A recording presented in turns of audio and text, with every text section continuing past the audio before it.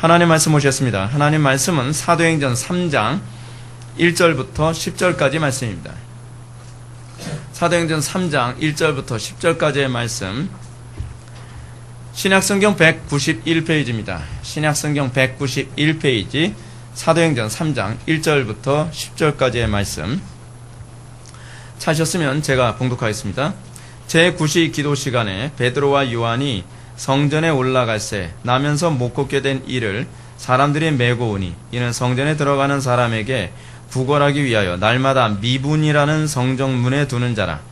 그가 베드로와 요한이 성전에 들어가려 함을 보고 구걸하거늘 베드로가 요한과 더불어 주목하여 이르되 우리를 보라 하니 그가 그들에게서 무엇을 얻을까요 바라보거늘 베드로가 이르되 은과 금은 내게 없거니와 내게 있는 것을 내게 주노니 나사렛 예수 그리스도의 이름으로 일어나 걸으라 하고 오른손을 잡아 일으키니 발과 발목이 곧 힘을 얻고 뛰어 서서 걸으며 그들과 함께 성전으로 들어가서 걷기도 하고 뛰기도 하며 하나님을 찬송하니 모든 백성이 그 걷는 것과 하나님을 찬송함을 보고 그가 본래 성전 미문에 앉아 구걸하던 사람인 줄 알고 그에게 일어난 일로 인하여 심히 놀랍게 여기며 놀라니라. 아멘. 이 시간은 사도행전 18번째 강의가 되었습니다. 교회의 본질이라는 제목으로 하나님 말씀 증거하도록 했습니다. 교회의 본질.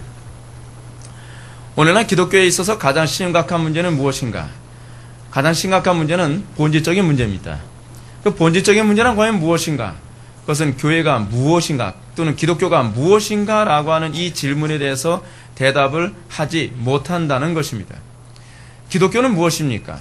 그리고 교회는 무엇입니까? 우리는 많은 사람들에게 기독교가 뭘 하는 겁니까? 라고 질문했을 때 적절하게 성경적인 대답을 하지 못하는 사람들을 우리는 흔히 발견해야 됩니다. 목회자부터 시작해서 교회가 무엇인지 제대로 정의를 못하고 있습니다. 기독교 신앙이 무엇인지, 목회가 무엇인지, 교회가 무엇인지, 구원이 무엇인지, 십자가가 무엇인지 많이 들어본 얘기인데 용어는 익숙한데 그 용어를 제대로 이해하고 그 용어와 부합한 삶을 사는 사람들을 만난다는 것은 오늘날은 굉장히 희귀한 일이 아닐 수가 없습니다. 오늘날 이단이 난무하는 현상은 과연 무엇입니까? 이단이 난무하는 이유는 사람들이 오늘날 기독교의 본질이 무엇인지 모르기 때문에 그렇습니다. 이단과 기독교가 별 차이가 없어 보인다고 보는 것입니다. 본질을 알면 굳이 무엇이 이단인지 가르칠 필요는 없습니다. 본질이 명확하면 그리고 이 기독교가 가지고 있는 또는 교회가 가지고 있는 정체성이 분명하다고 한다면 이단을 만나게 됐을 때 이단이 이단이라는 것을 알 수 있게 됩니다. 여러분 기독교의 이 정통교리에 대해서 제대로 이해하고 교회에 대한 본질을 제대로 이해하면 사실은 엄밀히 얘기해서 천주교로 개종하는 일은 그렇게 쉽게 일어날 수 있는 일이 아닙니다. 오늘날 많은 사람들이 이렇게 얘기를 합니다. 개종을 하고 나서 천주교로 갑니다. 천주교로 가서 이런 얘기를 합니다. 기독교하고 별반 다를 바가 없네. 다를 바가 없네 라고 하는 이런 말을 하는 이유가 무엇일까요? 그것은 그 사람이 기독교의 본질이 무엇인지 모르기 때문에 그렇습니다. 기독교의 본질이 무엇인지 안다면 제가 방금 여러분한테도 말씀드렸던 것처럼 우리는 이 미묘한 차이가 얼마나 본질적인 차이인지 알 수 있죠. 제가 아까도 금주의 묵상에 관해서 얘기하면서 이런 말씀드리지 않았습니까? 우리는 교회 안으로 구원받았다. 그렇죠? 로마 가톨릭 어떻게 해요? 구원이 교회 안에 있다. 완전히 다른 얘기를 하랬죠. 완전히 본질적으로 다른 얘기입니다. 근데 우리는 이 본질적으로 다른 얘기를 구분할 줄 모릅니다. 우리는 교회 안에 들어와야 구원받는다고 생각합니다. 그래서 많은 사람들이 이렇게 생각을 하죠. 나는 교회를 다녔고 나는 세례를 받았으며 나는 헌금도 열심히 했고 나는 교회 생활을 오래 했기 때문에 당연히 구원받은 거 아닙니까? 저는 직분도 있습니다. 그러니까 당연히 저는 구원받은 것 아닙니까? 라고 생각하는 이 사고는 어디서 나온 사고예요? 천주교적인 사고죠. 우리는 교회 안으로 구원받은 것이지 우리는 교회 안에 구원이 있다라고 얘기하지는 않습니다. 이게 다 본질적인 얘기입니다. 근데 이 본질적인 얘기를 구분하지 못하니까 많은 사람들이 가톨릭과 그리고 정통교회를 구분하지 못하는 현상이 나타나는 것입니다. 자, 그러면 다시 질문을 던져봅시다. 기독교란 무엇입니까? 아니, 또 다른 질문 한번 해볼까요? 교회란 무엇입니까? 이 질문에 대한 신앙 고백은 분명합니다. 우리가 이제껏 배운 신앙 고백의 정의는 이 부분에 대해서 명쾌하게 얘기해 줍니다. 기독교란 그리스도를 통하여 시작된, 그리고 그리스도를 믿음으로 생겨난 종교입니다. 근데 엄밀히 얘기하면 종교라는 표현은 적절하지 않다 그랬죠. 종교라고 하는 것은 주로 인간이 만든 어떤 종교성을 표현한 것이 종교입니다. 근데 기독교는 사실 종교가 아니에요. 진리라고 얘기하는 것이 더 명확한 표현일 수 있습니다. 근데 적절한 단어가 없기 때문에 이렇게 표현하는 것 뿐이죠. 그러면 교회란 무엇입니까? 교회란 여러분들이 흔히 잘 알고 있는 것처럼 구원받은 성도들의 모임입니다. 그것이 교회입니다. 자, 그러면 구원받은 성도들의 모임이라고 정의를 한다면 또 다른 하나의 단어를 정의하는 것이 논리적으로 옳죠. 어떤 단어를 정의해야만 합니까? 구원이란 무엇인가 라고 하는 단어에 대해 다시 한번 정의를 해봐야만 합니다. 그래야 구원받은 성도들의 모임으로서 교회를 이해하는 것이 분명하고 명쾌하기 때문에 그렇습니다. 그러면 여러분, 구원받은 성도들의 모임으로서 그 구원이란 무엇입니까? 구원이란 예수 그리스도의 십자가의 공로로 말미암아 하나님과 화해하여 하나님과 교제케 된 사람들입니다. 교제케 되는 것, 이것이 바로 구원입니다. 여러분, 구원은 천국 가는 게 아닙니다. 구원을 명확하게 정의한다면 예수 그리스도의 십자가의 공로로 말미암아 하나님과 화해하여 하나님과 사랑하는 교제의 관계 안에 들어간 것입니다. 자, 그럼 이제 교회를 다시 한번 정의를 내려볼까요? 교회란 무엇입니까? 교회란 하나님과 화해하여 하나님과 사랑의 교제 안에 들어온 사람들의 모임입니다. 그것이 바로 교회입니다. 그렇다고 한다면 여러분, 교회 안에 있는 사람들, 정말 내가 교회라고 한다면, 내가 교회 일원이라고 한다면 여러분들은 어떤 사람이라고 여러분들 얘기해야만 합니까? 우리는 날마다 하나님과 교제하는 사람입니다. 우리 날마다 하나님과 교제하는 것을 기뻐하는 사람입니다. 그 하나님과 교제하는 것을 기뻐하는 사람들의 모임이기 때문에 우리는 하나님과 교제하는 것을 기뻐하는 사람들이 서로 교통하는 것을 우리는 믿을 수밖에 없지요. 근데 문제는 오늘날 교회 안에 하나님을 진정으로 사랑하고 하나님과 교제한다고 말할 수 있는 사람이 과연 몇 명이나 될 수 있겠는가 하는 부분에서 우리는 좀 절망적이죠. 좀 안타깝습니다. 이런 차원에서 오늘날 우리는 교회라는 정의가 이 용어에 대한 정의, 이 본질에 대한 이해가 잘못됨으로 말미암아 교회라는 이름은 있으나 실제로는 요한계시록의 표현처럼 사단의 회가 되어버린 교회들이 얼마나 많은가 했을 때 우리는 탄식하지 않을 수가 없습니다. 이 모든 것은 사실은 본질적인 문제에 대한 정의가 잘못돼서 그래요. 제가 여러분한테 그러지 않습니까? 우리 교회 오게 되면은 뭐부터 다 바꾸기 시작해야 된다고요? 용어 정리. 그 용어에 대한 명확한 정의가 되지 않으면 신앙생활을 할 수 없습니다. 자, 그런데 이렇게 하나님과 화해하여 하나님과 교제 관계에 들어온 사람들을 사도 바울은 또 뭐라고 표현했냐가 중요합니다. 사도 바울은 이것을 그리스도의 몸에 연합된 지체가 됐다라고 표현합니다. 이것을 교회라고 또 표현합니다. 그림 언어죠. 사도 바울은 교회를 정의하는 데서 그림 언어를 사용합니다. 교회란 뭐예요? 그리스도와 한 몸을 이룬 사람, 그리스도와 연합된 존재들, 이것이 이제 교회라고 정의를 합니다. 그래서 사도 바울은 에베소서에서 교회를 그리스도의 몸과 연합된 존재라고 표현하기보다는 에베소서에서는 또 뭐라 하냐면 성전의 일부가 된 존재라고도 또 표현합니다.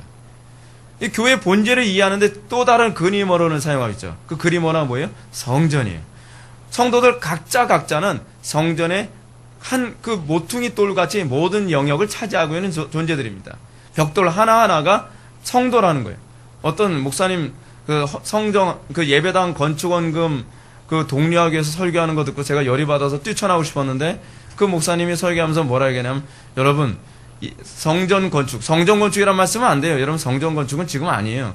성전 건축은 우리를 믿음으로 세우는 것이 성전 건축이지 이거 건물 짓는 건 예배당 건축이라 그래요. 예배당 건축.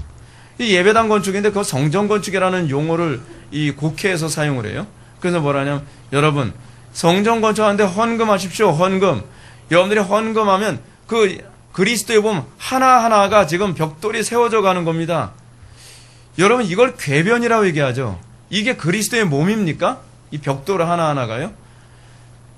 여러분 이게 용어가 잘못되고 본질에 대한 이해가 잘못되니까 그런 얘기가 되는 거예요. 사도 바울의 가르침에 의하면 성전의 그 벽돌 하나하나는 바로 우리입니다. 우리가 바로 성전이고 이 성전이 모여서 하나님의 거룩한 큰 성전을 이루게 되는 것이죠. 그래서 에베소 2장 20절부터 22절의 말씀을 보면 이렇습니다. 너희는 사도들과 선지자들의 터 위에 세우심을 입은 자라. 그리스도 예수께서 친히 모퉁이 돌이 되셨느니라. 그 안에서 건물마다 서로 연결하여 주 안에서 성전이 되어 가고 너희도 성령 안에서 하나님의 거하실 처소가 되기 위하여 그리스도 예수 안에서 함께 지어져 가느니라. 바울 신학의 관점에서 봤을 때 여러분 교회란 무엇이냐면 아주 명쾌해요. 교회란 사도들과 선지자들이 터 위에 셈을 받은 사람들이에요. 뭐 이 에베소서 2장 20절부터 22절 안에 교회를 아주 명쾌하게 정의해 놓은 거예요. 우리는 어떤 존재예요? 사도들과 선지자들이 터 위에 세워진 존재예요. 근데 세워졌는데 어떻게 세워졌느냐? 세워졌는데 이 세워진 것으로 끝난 것이 아니라 이 세워짐이 그리스도와 연결이 되어졌다는 거예요. 그래서 뭐라고 표현해요? 에베소서 2장 20절부터 22절에서요. 그리스도께서 그 성전의 모퉁이 돌이 되었다라고 얘기합니다.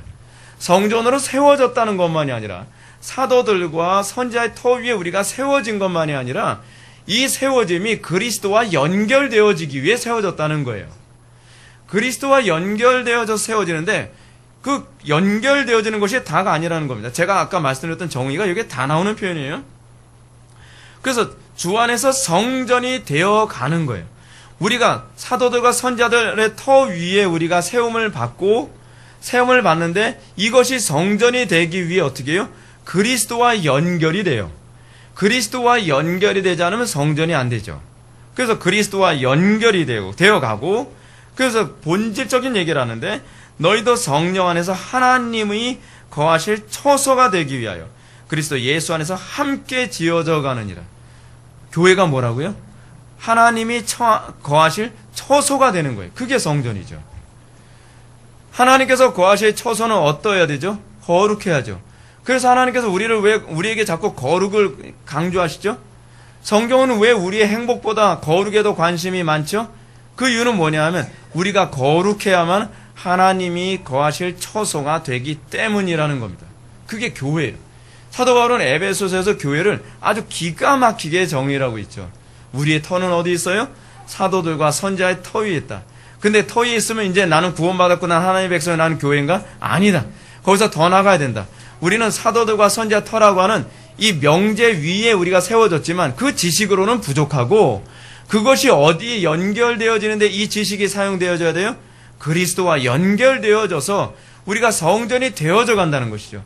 성전이 되어져 가는 목적이 무엇인가? 그것은 하나님이 내주하여 하나님께서 우리에게 들어오셔서 하나님이 거하실 처소, 집이 되게 하는데 목적이 있다는 것입니다.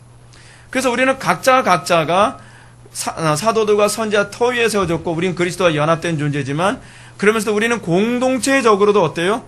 공동체의 모든 신앙 고백이 사도들과 선지자 터 위에 세워져야죠.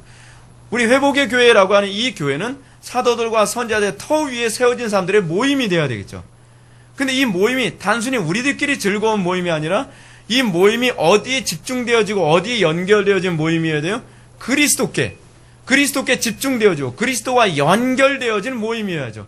그래서 그리스도가 빠진 우리들끼리 행복한 모임이라고 한다면 그건 교회가 아닌 거예요. 그리스도께 집중되어지는데 그리스도께 집중되어져야 되는 궁극적 목적이 뭐냐 하면 항상 우리의 모임이 어떠해야 돼요? 하나님께서 거하실 처소로서의 모임이 되어야 된다는 것이죠. 그게 바로 성전으로서의 교회라는 것입니다. 가정도 그렇죠. 가정도 어떻게 해요? 하나님께서 거하실 처소로서의 가정이 되어야 돼요. 이것이 하나님께서 우리에게 원하시는 바예요. 우리가 잘 먹고 잘 살고 행복하게 살기 위해서 가정이 있는 것이 아니라 가정이 남편과 아내가 또는 자녀들과 함께 우리 항상 뭐에 관심을 가져야 돼요? 하나님이 거하실 처소가 되는데 관심을 가져야 되는 거예요. 근데 우리가 그거 관심이 없죠. 이것이 지금 한국교회가 타락했다는 거예요. 타락이라는 말은요, 엄청난 죄를 저질렀다는 의미가 아니라 하나님으로부터 멀리 떨어지는 것이 타락이에요. 그러니까 여러분 예수님께서 뭐라고 말씀하시죠? 내 이름으로 두셋이 모인 곳마다 내가 그들 가운데 있느니라. 무슨 얘기죠? 주님의 이름으로 두셋이 모이면 그것이 하나님께서 거하실 처소가 된다는 거예요. 이게 교회가 되는 것이죠. 가정도 항상 주의 이름으로 모이는 데 관심을 가져야 되죠. 주의 이름으로 모이고 그 얘기를 나누면서 서로 기뻐하고 그 대화를 나누면서 흥분하고 좋아해야죠. 제가 개인적으로 제가 항상 그 어머니하고 같이 있을 때 행복했던 것이 뭐냐면 어머니하고 같이 있으면 항상 하나님께서 거하시는 처소가 되는 느낌을 받아요. 얼마나 행복한지 몰라요. 그 시간이요. 대화를 나누는 그 순간순간마다 성령의 임재하심을 느낄 수 있고 흥분되어지고, 그래서 둘이 같이 있는 시간이 굉장히 좋은 이유가 뭐냐면 둘이 같이 있는 시간마다 하나님의 임재를 느끼고 둘이 같이 대화를 나눌 때마다 하나님께서 거하시는 처소가 되고 있다는 걸 피부로 느낄 수가 있는 거예요. 저는 여러분들 성도들 전체가 항상 그런 관계이길 바라요. 우리가 모이면 항상 주님께서 거하시는 처소가 되고 있다는 걸 느낄 수 있어야 돼요. 하나님의 임재를 느낄 수 있어야 되죠. 그래서 여러분 어떤 사람하고 대화하는 것이 기분이 좋습니까? 그 사람하고 대화를 나눌 때 하나님의 임재를 느낄 수 있는 그런 사람, 그렇죠? 그 사람하고 함께 있으면 하나님의 임재를 느낄 수가 있어요. 근데 여러분 우리 중에 하나님의 임재가 아니라 악령의 처소 같은 사람이 있죠. 그 사람하고 같이 있으면 마음이 어두워져요. 그 사람이 같이 있으면 하나님의 임재가 느껴지는 것이 아니라 기쁨이 사라져요. 그 사람하고 같이 있으면 짜증이 나요. 그 사람하고 같이 있으면 슬퍼요. 그 사람하고 같이 있으면 우울해져요. 여러분 이게 바로 성전된 존재로서 사람들이 가지고 있는 영적인 그 성질이에요. 그렇기 때문에 여러분들이 안 믿는 사람들이 여러분들을 만나고 싶을 때 여러분들을 만나고 싶은 이유는 그것 때문이어야 돼요. 우리 지체들끼리 서로 만나기 좋아하는 것도 그가 더 매력적이기 때문이 아니라 그 사람하고 만나면 하나님을 느낄 수 있기 때문이어야 돼요. 그것이 바로 성전으로 지어져가는 교회, 구원받은 성도, 그리고 또 구원받은 성도들의 모임이라는 정의입니다. 자, 여러분은 이렇게 교회에 대해서 지적으로 명쾌한 정의를 내려야 될 때 어떻습니까? 아, 이성적인 희열을 느끼죠. 그래, 명쾌해, 바로 그거야. 물론 기독교 신앙은 이런 이성적인 명쾌한 정의와 명제를 가지고서 그걸 기초로 우리는 신앙생활하는 것이 분명합니다. 근데 기독교 신앙은 거기서 그쳐서는 안 됩니다. 기독교는 분명히 지적인 요소를 지니고 있지만 지적이기만 하다면 기독교는 뭐가 되냐 하면 죽은 정통이 돼버리고 맙니다. 우리가 항상 어디서 끝나냐 하면 명쾌한 정의를 가지고 그래 바로 그거지 바로 이거야 라고 우리는 얘기를 하지만 거기서 우리는 이것이 현실화되어지고 우리가 정말 그리스도의 임재를 맛보는 공동체로서의 교회에 대한 인식이 별로 없다는 것은 이건 심각한 문제가 아닐 수가 없습니다. 제가 개척을 하면서 제가 개척을 하는데 가장 주안점을 둔 것이 무엇인지 아십니까? 어떤 명제, 어떤 지식, 어떤 교리를 사람들한테 전달하는 것이 아니라 그 전달한 그 교리가 우리 공동체 안에서 현실화되는 겁니다. 저는 항상 그것에 관심이 저는 많았습니다. 제가 결혼해서 가정을 꾸리는 것에서도 항상 제 관심은 무엇이었냐면 어떻게 성경 말씀대로 내 가정이 현실화되어지고 실제화될 것인가에 관심을 갖고 있어요. 그래서 제가 가정에서 자녀 교육에 관심을 많이 갖는 이유가 그래서 그런 거예요. 제가 시간이 남아 돌아서 그런 건 아닙니다. 왜냐하면 그것이 하나님께서 기뻐하시는 거니까요. 그리고 저는 항상 저의 관심은 무엇이냐면 어떤 지적인 것을 탐구하는 것이 아니라 그 지적인 것이 나의 삶 속에 현실화될 수 있느냐에 저는 항상 관심을 갖고 있거든요. 그 제가 여러분 자꾸 들볶는 이유가 뭐냐면 제발 지적인 것으로 만족하고 그것을 안주하지 말라는 거예요. 내가 안 것이 현실화되지 않으면 왜 현실화되지 않는지를 고민할 수 있는 사람이 됐으면 좋겠다는 것입니다. 이런 차원에서 저는 이 사도행전이 우리에게 굉장히 큰 도전을 준다고 저는 생각합니다. 왜냐하면 사도행전에서의 교회의 정의는 흥미롭게도요 명제가 아니라 역사예요. 이것이 사도행전이 가지고 있는 매력입니다. 사도행전은 말만 무성하게 그래 교회란 이런 거야 라고 얘기하지 않고 사도행전에서의 누가는 교회는 이랬어 라고 역사로 얘기하고 있어요. 실체로 얘기하고 있는 것입니다. 사도행전에 기록한 누가는 교회를 명제로 정의하는 데 별로 관심이 없습니다. 누가는 역사와 현상으로 실체를 언급합니다. 그렇게 함으로써 교회는 이론이 아니라 실체요, 생명이라는 점을 모든 시대의 그리스도인들에게 호소하기를 원하는 것입니다. 오늘날 기독교에 대해서 사람들이 제일 식상하게 여기는 것이 뭐죠? 말만 많다는 거예요. 뭘 말은 많이 하는데 실제로 뭐예요? 실력이 안 나타난다는 것이죠. 뭐 맨날 이론은 빠삭한데 뭐예요? 실전이 없어요. 우리는 거기에 매력을 못 느끼죠. 근데 누가가 기록한 이 사도행전이나 그렇지 않으면 누가복음의 탁월함은 무엇이냐면 명제가 아니라 역사예요. 실제로 이렇게 하나님께서 역사하셨다. 실제로 교회는 이런 역사를 가지고 있다. 이것이 바로 누가의 관심사입니다. 자, 그러면 누가가 사도행전을 통해서 말하는 교회의 실체는 과연 무엇이었습니까? 사도행전을 통해서 우리가 발견해야 될 아주 독특한 그 관점을 우린 발견할 수 있습니다. 구조를 발견할 수 있어요. 요번에 우리가 살펴보는 3장뿐만 아니라 2장과 3장 이 두 장이 똑같은 논리 구조를 가지고 있어요. 사도행전 2장에서 우리는 어떤 사건을 봤습니까? 오순절날 성령 강림 사건이라고 하는 소위 구약의 예언의 성취라고 하는 사건을 많은 사람들이 목격을 했습니다. 경건한 유대인들이 오순절날 성령 강림 사건을 통해서 많은 사람들이 각국어로 방언을 아는 현상이 나타났고 많은 사람들이 그것에 놀랐습니다. 뭐가 먼저죠? 뭐가 먼저죠? 현상이 먼저입니다. 실체가 먼저입니다. 그리고 난 다음에 그 베드로가 그 실체와 현상에 대해서 설명해주고 해석해주며 복음으로 그들에게 각성을 촉구합니다. 그런데 놀라운 것은 우리가 오늘부터 살펴보게 될 이 사도행전 3장도 동일한 구조가 나타나고 있습니다. 성전 미문에 한 거지가 있습니다. 그리고 베드로와 요한이 습관을 조차 이제 기도하기 위해서 성전에 들어가는 장면이 나옵니다. 그러다가 베드로가 성전 미문, 이 미문이라고 하는 말이 아름다울 미자에다가 문문자를 사용합니다. 아름다운 문이라는 거예요. 미항하게 되면 그 미항이 아름다울 미자를 사용하거든요. 아름다운 항구라는 뜻입니다. 근데 이 성전 미문에 들어가는 이 거지를 보는데 베드로가 이 성전에 걸어가는 성전에 앉아 있는 이 거지를 나사렛 예수 그리스도의 이름으로 일으켜 세웁니다. 수많은 사람들이 놀라죠. 깜짝 놀랄 일입니다. 이 사람은 날 때서부터 걷지 못하는 사람이었습니다. 근데 이 사람이 일어나게 됐습니다. 일어나게 된 데서 수많은 사람들이 놀랍니다. 그래서 다들 베드로를 주목합니다. 그때 베드로는 뭘 얘기합니까? 이 현상을 설명해 줍니다.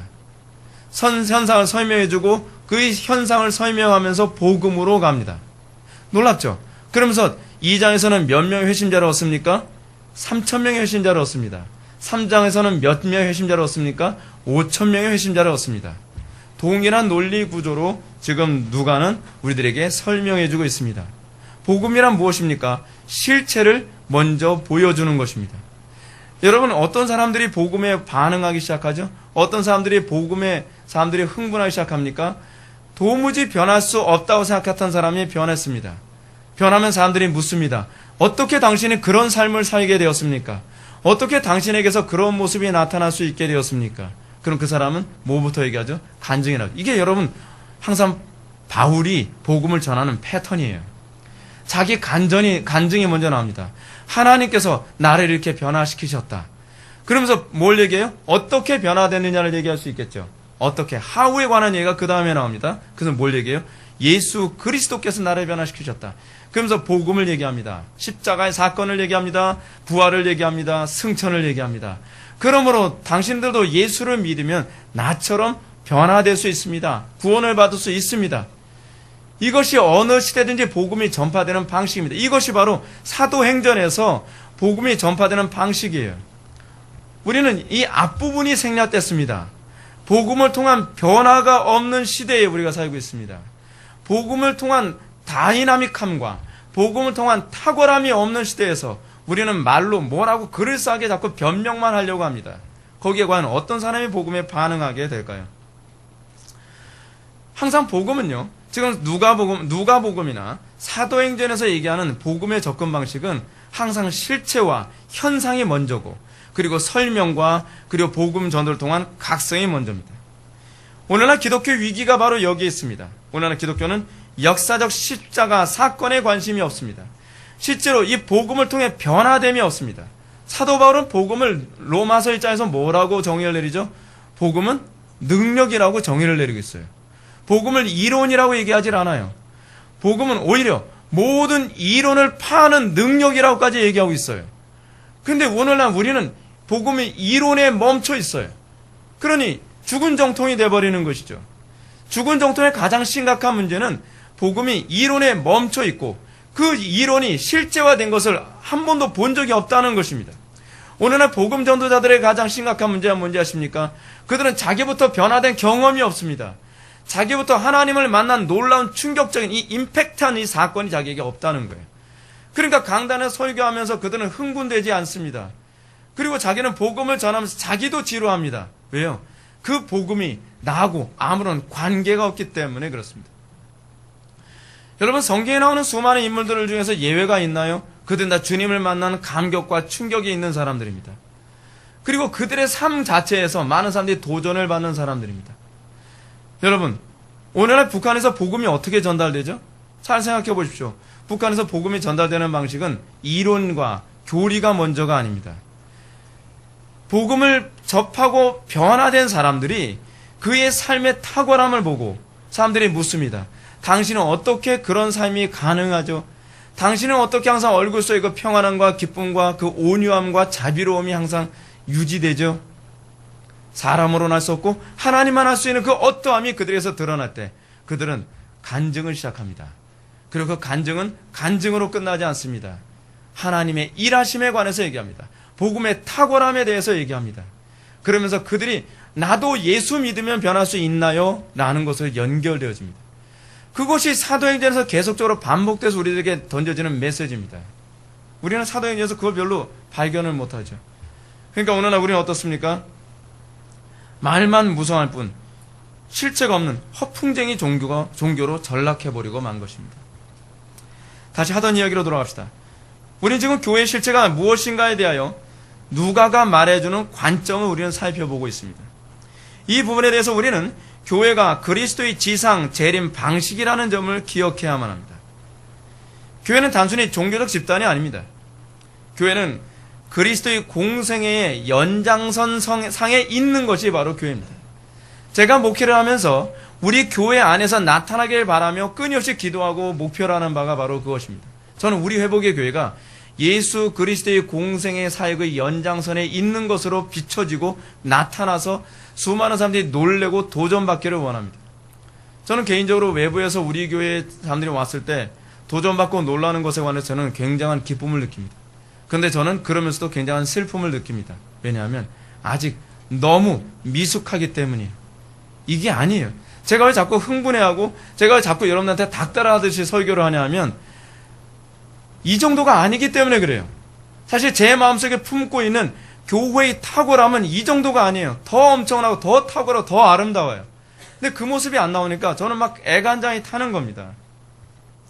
그럼 사도 바울은 이렇게 얘기합니다. 골로새 교회를 향해서 나는 이제 너희를 위하여 받는 괴로움을 기뻐하고 그리스도의 남은 고난을 그의 몸된 교회를 위하여 내 육체에 채우노라 라고 얘기했습니다. 사도 바울에게 있어서의 교회는 무엇인가? 사도 바울의 관점에서 봤을 때 교회 그리스도의 고난은 승천으로 끝난 것이 아닙니다.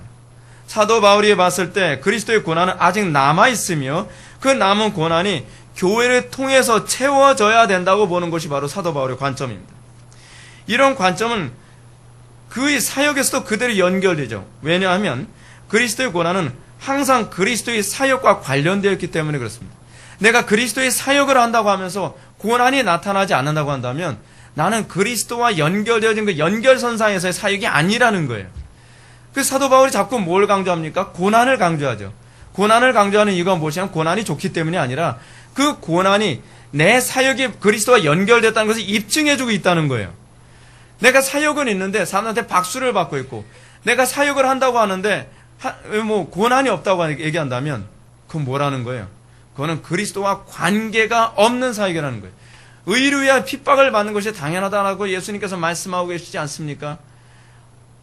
그런데 오늘날 우리는 우리의 사역이 그리스도의 그 십자가에 연합되어진 그 고난의 연장선에 있다는 것, 예수 그리스도의 남은 바 고난에 내가 참여한다고 하는 그 흔적을 발견하지 않음에도 불구하고 우리는 이것이 내가 하나님의 사역을 하고 있는 것이라고 착각을 하는 경향이 얼마나 많은가 하는 것입니다.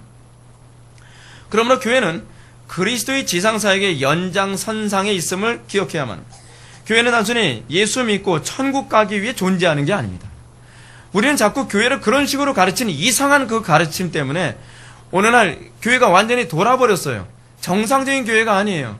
교회가 그리스도와 한 몸을 이루며 그리스도의 영광을 드러내고 그리스도께서 지상 사역 공생의 기간 동안에 어찌하든지 아버지를 기쁘시게 해드렸던 것처럼 우리도 어찌하든지 아버지를 기쁘시게 해드리는데 관심을 가져야 되는데 그것에 관심이 없어요.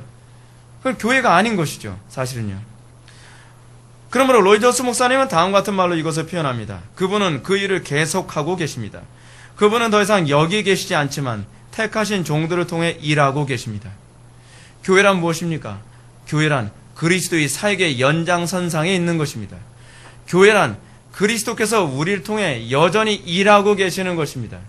그래서 교회는 그리스도의 탁월함이 드러나는 것이 정상입니다. 그것이 교회입니다. 그러므로 교회는 그리스도께서 계속 일하시는 자신의 몸의 일부인 것입니다.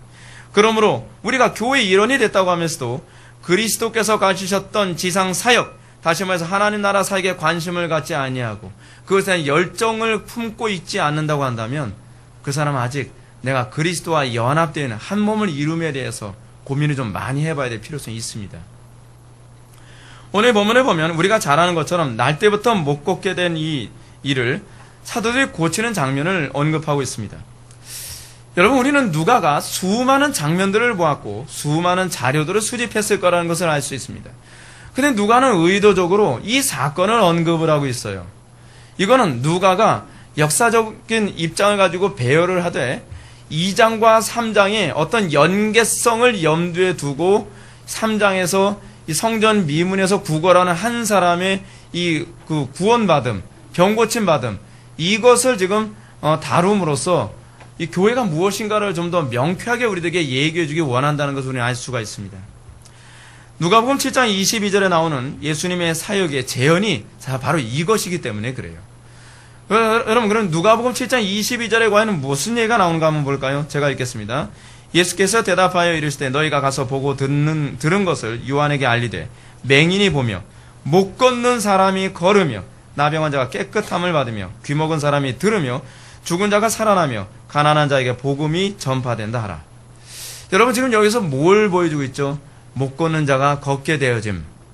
그러면서 뭐가 지금 이루어지고 있는 거예요? 예수 그리스도의 메시아 사역이 계속 진행되고 있다는 것을 지금 누가복음 7장 22절에서는 뭐예요? 세례 요한의 제자에게 입증해 주는 방식으로 지금 표현하고 있다면, 지금 여기서 이 사도행전 3장에서는 그 수신자인 사도행전의 수신자인 그 사람들에게 예수 그리스도의 메시아 사역이 교회를 통해서도 계속 진행되고 있다는 것을 우리에게 얘기해 주는 거예요. 그래서 예수님은 어떤 분이에요? 영원한 메시아가 되는 것이죠. 예수님은 부활 승천하시고 난 이후에 메시아 사역이 끝난 것이 아니라 예수님은 부활 승천하시고 난 다음에 성령을 보내셔서 교회를 통하여서도 여전히 메시아 사역을 진행하고 있다는 것을 우리에게 입증해 주고 있는 거예요. 그래서 굳이 수많은 기적 사역 중에서도 이 안진배가 일어나는 사건을 누가가 기록하고 있는 이유는 바로 그것을 입증해 주고 교회가 무엇인지를 알게 만들어주기 위해서 이 사건을 다루고 있는 것입니다. 그런데 이런 놀라운 기적이 제자들을 통해서 일어나고 있다는 것입니다. 이 기적을 통해서 누가는 신약의 교회가 예수님의 사역의 연장선상에 있음을 입증해주고 있습니다.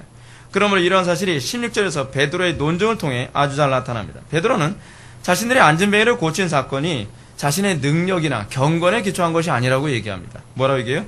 그 이름이 너희가 보고하는 이 사람을 성하게 하였나니 예수로 말미암아 난 믿음이 너희 모든 사람 앞에서 이같이 완전히 낫게 하였느니라.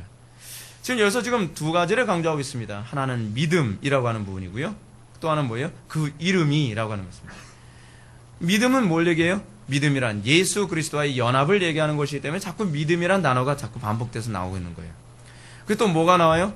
그 믿음을 통해 그리스도께서 여전히 일하고 계신다는 거예요. 병 고친 주체는 베드로가 아니에요. 병 고친 주체는 누구예요? 그리스도라는 거예요. 그리스도께서 친히 나를 통해 병을 고치신 것 뿐이라는 겁니다. 그리스도의 육체가 교회로 바뀐 것 뿐이라는 표현이에요. 사실은요. 그러면 오늘날 이 시대 교회는 어떤 역할을 해야 되는가? 온전히 그리스도께 자기를 부인하고 그리스도의 뜻에 부합할 때에 그리스도께서 당신의 몸으로 사역하는 것과 같은 자연스러운 능력이 교회 안에서 나타나는 것. 그것이 바로 교회가 되어야 된다는 것이죠. 오늘날 교회가 능력이 없는 이유는 결단력이 없어서가 아니라 자기를 부인하지 않기 때문에 그래요. 아버지 뜻에 복종하고 아버지의 뜻에 연합되지 않으니까 자꾸 자기 능력, 자기 지혜, 자기의 경험이 앞서니까 하나님의 능력이 나타나지 않는 것이죠. 그래서 이 개념을 알고 있었던 사도 바울이 뭐라고 얘기하냐면 이는 약할 때 강함이라라고 하는 얘기가 나오는 거예요. 사도 바울이 여러분 이는 약할 때 강함이라라고 하는 이 표현이 여러분 어디서 나온 표현인지 여러분 알고 계세요? 사도 바울이 자기의 그 육체의 가시를 제거해 달라고 하는 이 기도에서 나온 표현이에요. 이게요. 육체의 가시가 안질이라는 사람도 있고요. 간질이라는 사람도 있어요. 확실한 건 무슨 질과 관련된 거예요. 병이에요, 병. 안질도 이런 보통 힘든 문제가 아니죠. 보기가 힘든 거. 근데 대부분의 학자들은 안질일 가능성이 많다라고 보는 것이죠. 왜냐하면 사도 바울이 고린도 교회가 맞죠. 고린도 교회에게 편지를 보내면서 뭐라 하냐면 너희가 할 수만 있다면 너희들을 나에게 뽑아 주기까지도 할 사람이었다라고 얘기하는 것을 볼 때 그가 안지를 알았을 가능성이 많았다라고 그렇게 해석하는 경우가 많습니다. 이 어찌되었든 사도 바울은 자기가 사역을 하는 데 있어서 자기가 생각할 때 이 부분은 내가 하나님의 일을 하는데 오히려 거침돌이 됩니다. 걸림돌이 됩니다라고 생각하는데 아니라는 거예요. 하나님께서는요. 오히려 그 걸림돌로 보이는 것에 대해서 네가 더 낮아지고 있지 않느냐. 이 걸림돌로 보여주는 이 문제 때문에 네가 더 하나님 의지하게 되지 않느냐. 이 걸림돌로 보여주는 것 때문에 네가 더 죽어지고 있지 않느냐. 더 겸손해지고 있지 않느냐. 그러므로 네가 약할 때 곧 강함이라 라고 얘기하는 거예요. 그러니까 사도 바울이 이것이구나. 그리스도의 능력이 어찌하든지 더 많이 나타나는 방법은 내가 더욱더 죽어지는 것이고 내가 더욱더 낮아지는 것이며 내가 어찌하든지 나의 정과를 십자가에 못 박았을 때 그리스도의 능력이 나타나는 것이구나 라는 것을 알게 된 것입니다. 오늘날 교회가 능력이 나타나지 않은 것은 우리가 능력이 너무 많기 때문에 그렇습니다. 오늘날 이 시대 교회가 그리스도의 탁월함을 드러내지 못하는 것은 너무 우리가 살아있기 때문에 그렇습니다. 죽어야 됩니다. 우리의 정과를 십자가에 못 박아야만 합니다. 우리의 모든 자신감이 죽어야만 하고 우리의 모든 교만함이 죽어야만 합니다. 그랬을 때 그리스도의 탁월함이 교회 안에서 나타나게 된다는 것을 믿으시기 바랍니다. 이런 차원에서 우리는 그리스도의 주권교리와 관련하여 이 치유 사건을 좀 더 구체적으로 살펴봐야 될 필요성이 있습니다. 여기서 우리는 베드로가 성전에 들어가려 했다는 점을 먼저 살펴봅니다. 베드로가 지금 성전에 들어가려고 했던 것은 1절에서 제9시 기도 시간에 베드로와 요한이 성전에 올라갈세라고 하는 점을 미루어 볼 때 기도하러 올라간 것이 틀림이 없습니다. 여러분 근데 여기서 누가가 아주 중요한 점을 제시해주고 얘기해주고 있다는 것을 발견해야 됩니다. 그것이 뭐냐면 오순절날 성령 강림 이후에 제자들에게 어떤 변화가 나타나는데 그 변화가 뭐냐면 기도하는 사람이 됐다는 것입니다. 복음서에서 제자들은 기도하는 사람으로 나타나질 않습니다.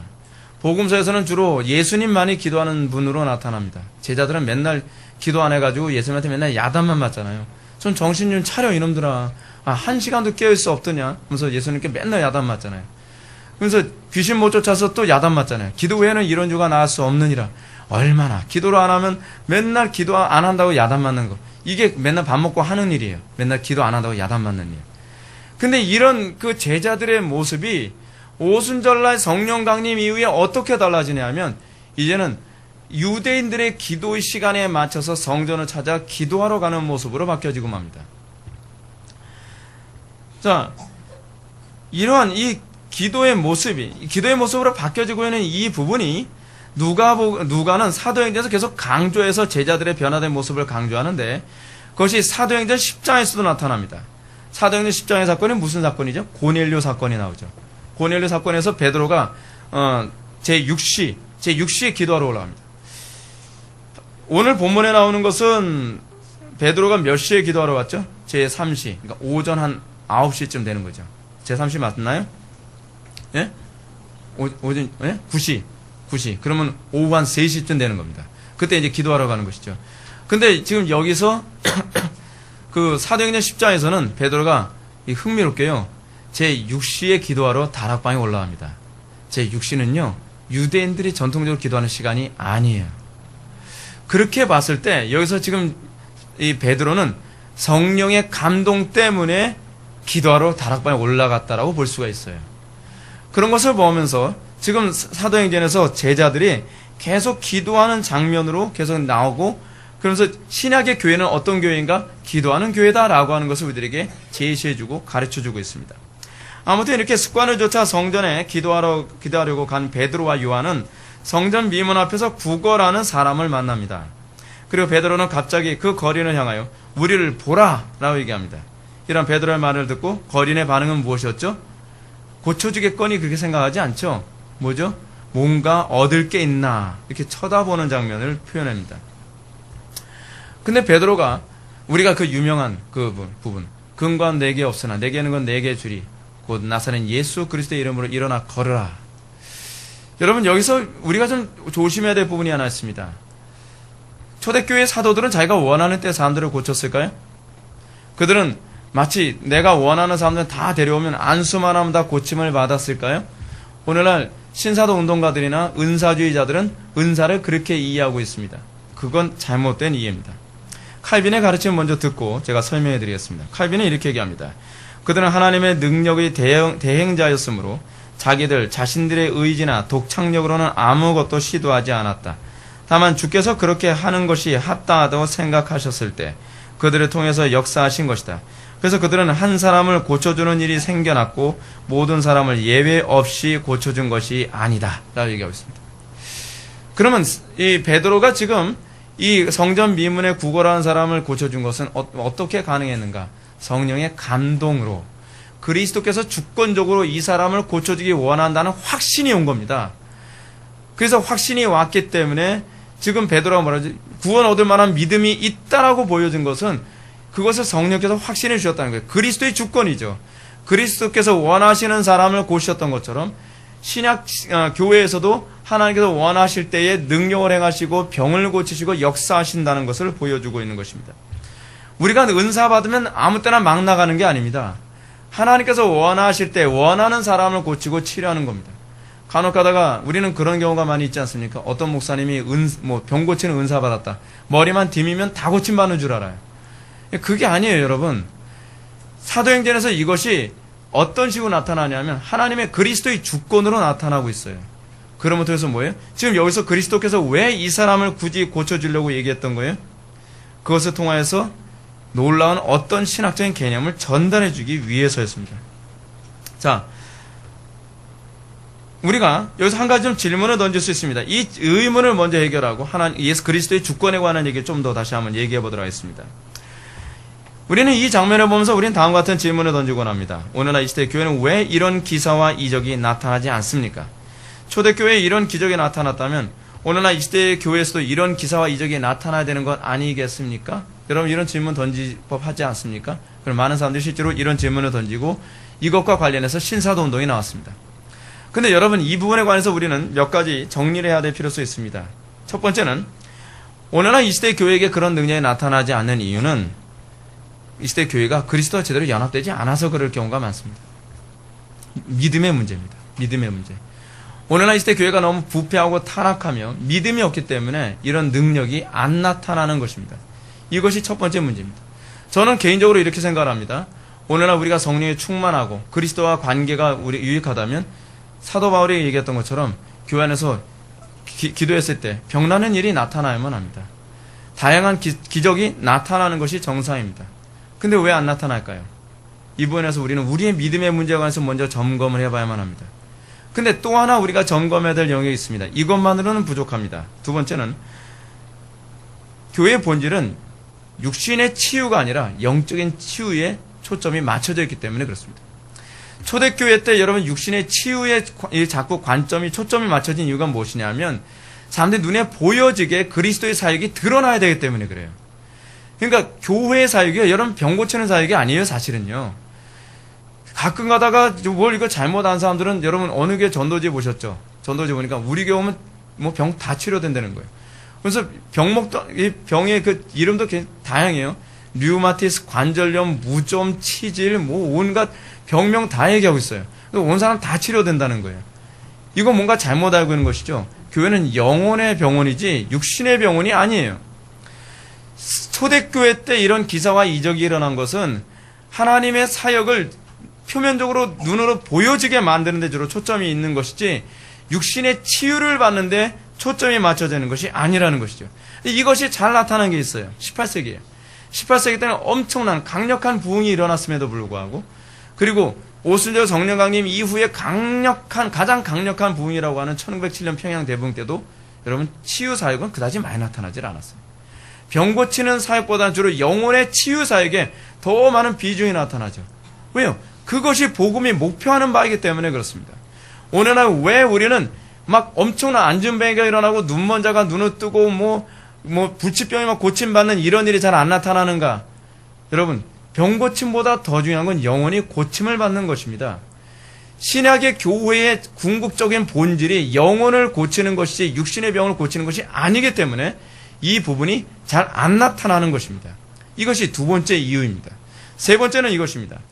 오늘 본문은 이런 치유가 나타나야 된다는 점을 강조하기 위한 구절이 아니라 교회의 존재의 목적은 그리스도와 연합한 거룩함을 드러내는 것. 다시 얘기하면 그리스도의 공적 사역의 연장선에 있다는 것을 드러내기 위해 이 본문이 기록되어 있다는 거예요. 이 본문을 기록하는 의도 자체가 교회는 병을 고쳐야 된다는 것이 아니라 교회는 그리스도의 사역의 연장선에 있어야 된다는 당위성을 강조하기 위해 기록된 거예요. 그렇기 때문에 신사도 운동가들이 얘기하는 것처럼 오늘날 교회가 병 고치는 은사가 나타나야 된다라고 이것에만 초점을 맞춰서 얘기하는 것은 성경을 잘못 알고 있는 것이라고 이해해야만 합니다. 자, 이제 말씀을 정리합시다. 우리는 오늘 성전 미문에서 구걸을 하던 한 거린이 예수 그리스도의 이름으로 걷게 되어진 장면을 보게 되었습니다. 우리가 이 장면을 통해서 우리는 교회의 본질이 무엇인지를 다시 한번 생각해 봐야만 합니다. 교회의 본질이 무엇입니까? 교회의 본질이란 예수 그리스도의 몸으로서 살아가는 것입니다. 예수 그리스도의 거룩한 사역의 연장선에 있는 것이어야만 합니다. 예수님께서 공생의 사역에서 회개하라 천국이 가까이 왔느니라 하나님 나라를 선포했죠. 근데 여러분 사도들의 선포가 회개와 하나님 나라 사역이었다는 거 여러분 알고 계십니까? 초대교회의 사도들의 사역들, 초대교회의 교회의 사역은 회개와 하나님 나라의 구현이었습니다. 이 시대 신약의 교회도 이 시대에 몸담고 있는 21세기 교회에게도 주어진 교회의 본질은 우리가 어찌하든지 더 많은 사람들이 모이고 우리들끼리 잘 먹고 잘 사는 것이 아니라 어찌하든지 한 사람을 더 천국에 보내려고 애쓰는 것이 아니라 이 땅에서 어떻게 하든지 그리스도의 영광을 드러내고 어떻게 하든지 그리스도의 공적 사역의 연장선에 있을 것인가에 관해서 고민해야 된다는 사실입니다. 사랑하는 성도 여러분, 우리는 과연 교회로서의 우리를 어떻게 이해하고 있습니까? 우리에 대한 정체성을 어떻게 이해하고 있습니까? 우리가 그리스도와 한 몸을 이루어 하나님께서 거하실 처소가 되기 위해 몸부림쳐가는 그런 삶을 살아가고 있습니까? 아니면 엉뚱하게 맨날 천국이나 간다는 그런 얘기만 하면서 나의 삶의 거룩한 삶, 하나님께서 나에게 거하실 만한 처소가 되는데 아무런 관심이 없는 그런 삶을 살아가면서 천국만 생각하는 그런 사람입니까?